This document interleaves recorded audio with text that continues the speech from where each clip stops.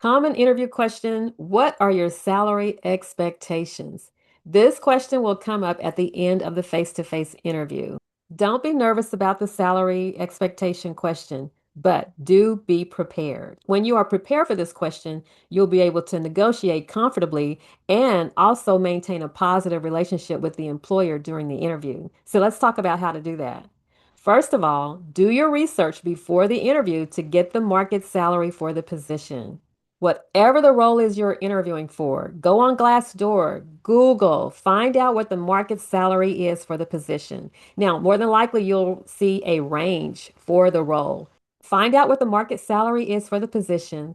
Look at your previous work experience and accomplishments and know your value. Based on your qualifications, your experience, what you bring to the company, what salary should you receive for that role? Now, when you consider the salary for the role, make sure you consider the entire compensation package. Benefits: does the employer pay for your health benefits, your life insurance? Do they pay a part of your benefits?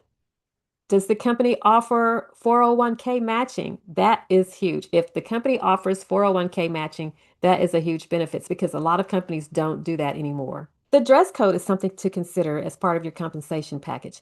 If there is no dress code and you can pretty much wear what you want to wear to work and you don't have to pay for dry cleaning, that is money that you are saving. But as far as the base salary and pay, make sure you know what the market salary is. Make sure you know what your value is. Always consider your previous pay. What did you make on your last job? You should make at least equal or more what you made on your last job. Focus on the value you bring to the job, not just the money, and focus on the value that that company brings to your life. It might be an entry level position that does not offer the pay that you want, but it offers the experience that you will need to possibly promote later, or it may provide the experience that you need that you can use on another job at another company later. It's always helpful to gain the experience and gain new skills that you can use for career advancement later. I love to tell the story of how when I graduated from college with a bachelor's degree in business, I ended up having to take a temporary file clerk position paying $7.65 an hour. Now, that was many years ago, but that was still pretty low for a person with a bachelor's degree in my mind. And also, the position was temporary. But I accepted the position. I quickly earned a permanent position. That led to management positions, which led to executive level positions. And I also ended up in a career that I absolutely love. And this all started with a temporary file clerk position. My point here to you is that I want to encourage you that if necessary, be willing to accept entry level jobs. Be willing to get your foot in the door because it could always lead to something bigger and much better. You could always gain experience and make relationships and connections that could lead to other offers. Don't sell yourself short. Know your value, but also keep your eyes and ears open to potential possibilities that could lead to career advancement. You could also get your foot in the door and work hard and work your way up to better positions. You could possibly cross train for higher level roles in the company. Getting back to salary, when you are asked what your salary expectations are, always give a range. And I know we've always been taught not to answer a question with a question, but if you can, when asked what your salary expectations are, ask the interviewer what the salary range is. The reason I say this is because in salary negotiation or any negotiation, the first person to mention the number is usually the lose win. And you want to have a win-win in your salary negotiation. So when asked what your salary expectations are, you can simply answer with, oh, well, I was wondering what the salary range is for this position. So by asking for a range, you're getting a range, you're getting an idea of what the position pays, and then you can respond with your own range based on the market salary and what your value is. So let's go a little deeper. Here's an example on how to answer this question. What are your salary expectations? In this example, the job pays $15 an hour, and you know that, and you want at least $20 an hour. To negotiate, you always state your qualifications first. Please remember that rule. Always state your qualifications first when you are negotiating salary. So if the offer is $15 an hour, let's say the employer says, oh, well, the position pays $15 an hour. You're going to respond with, because I have certification in this or additional experience in that.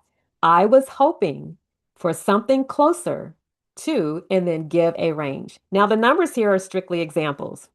Okay, I have no idea what career field you're in. These are just examples. So you're going to replace these specific numbers with the numbers in your market salary for your industry. But when asked the question what your salary expectations are, always state your qualifications first and then always give a range. And in this specific example, by giving this range, there's a chance that this person would get more than the original offer, even if it's not $20. Because remember earlier when I said every salary and every pay has a range? And so when the employer stated $15 an hour, what they're doing is letting you know, hey, we've only budgeted $15 an hour for this role. That's all we got. But it's okay. Don't worry about it. You've done your research. You know what your value is. You're still going to negotiate confidently, but you're going to do it in a nice, positive way by saying, "Oh, okay. Well, I do have certification in this and additional experience because guess what? Maybe the employer forgot you had certification in this, or maybe they didn't know. Maybe they didn't see it on your resume. Yeah, it's there, but let me tell you, hiring managers and recruiters are running through these resumes so quickly. Sometimes they miss things. That's why it's so important that you write your SAR stories and that you give these really good answers. But when they tell you what the pay is, you're going to state your qualifications, remind them of the certification, remind them of an additional qualification that the job doesn't even require. Uh, Let them know that there's something additional that you have experience in or a skill that they may have not have thought of. Give them something that lets them know that you qualify for more than the stated pay. Here's an example on how to negotiate salary according to the market salary range for your position.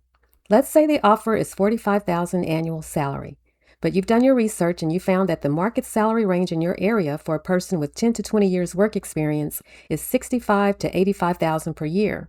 You would say something like this: because the market salary range for a person with 10 to 20 years experience is 65 to 85,000 a year, I was hoping for something closer to 55 to 65 since I have 12 years experience and additional certifications. By giving this range, there's a chance you will get more than the original offer, even if it's not between 65 to 85. Always give a range. So by giving them a range, the bottom number that you're going to give is something that you would be much happier with than the number that they gave you. And the top number is something that you would be really excited about. By giving them a range, hopefully they will offer more than the stated pay. Maybe not the top of the range that you gave, but there's a chance that they could give you more than they offered just because you reminded them of a qualification that they forgot about, or because you mentioned a skill or something that they didn't know you had that they could definitely use. So in your salary negotiation, two steps: always give your qualifications first, the additional skill, the certification they may not have known about. Mention something that you know would be of great value to the company first, and then give a salary range in hope that they will offer something more than what they first stated, but somewhere within that range. Now, what if the answer is still no? They're sticking with the budget. That's okay. It's still good news. You still have an offer. You still have an opportunity for a job that you can get your foot in the door and grow and advance in. If you do get a no, always keep it professional and polite. If they say no, this is when you say, I completely understand. I do have a few questions. Would you be able to evaluate my performance in 30, 60, or 90 days and possibly give an increase then? Are there any opportunities for advancement in the future? What type of training opportunities do you have? Are there any training opportunities for advancement? So, by asking about advancement opportunities and promotion paths and performance reviews, this lets the employer know that, hey, I'm excited about the job. I'm willing to get in there and learn as much as I can and grow. The main thing I want you to remember is that if the position sounds like a good fit for you, be flexible and patient. It could always lead to something better or more money in the long run.